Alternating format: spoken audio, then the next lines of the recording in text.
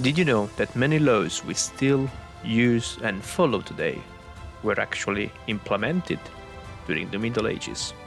It's actually quite funny how many consider this period of history as the Dark Ages. Historians are now starting to reevaluate this period, and in this video we're gonna give him a new light. Let's go with the intro.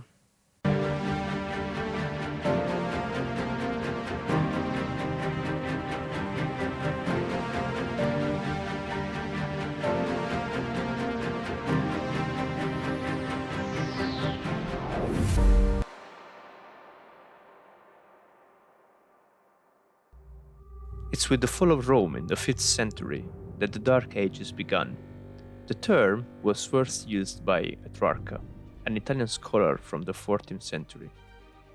In this period, indeed, many believed that science and culture had little, if no, advancement. A dark age indeed. Age of inconvenience. No plumbing. No electricity. No nothing.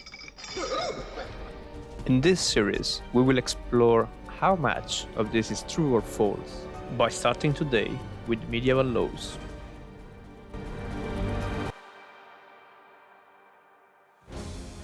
In this picture, we see represented the moment in 1215 when King John of England signed the Magna Carta Libertatum, as it is commonly called Magna Carta. This innovative document has been for centuries a fundamental stone of British democracy. Although some of these laws still in use may seem, let's say, quite bizarre, for example, a law from the 14th century that forbids entering the Houses of Parliament wearing a suit of armor, other laws are in reality crucial and debated daily in tribunals today. In particular, two foundations of British democracy are the Habeas Corpus and the right of a jury trial. Habeas Corpus, which literally translates to that you have the body, is a recursive law through which a person can report an unlawful detention or imprisonment to a court. Every prisoner can request to be brought into court to determine whether the detention is lawful. The Habeas Corpus was well described in the 18th century by William Blackstone as a great and efficacious writ in all manner of illegal confinement.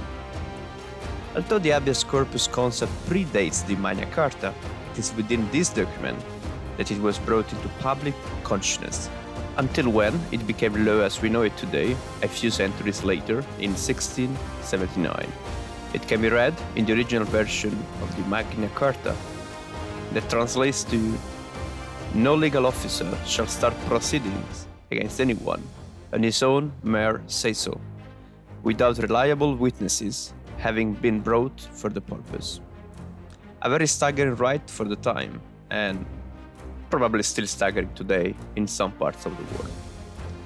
At the very next line, we have another fundamental right.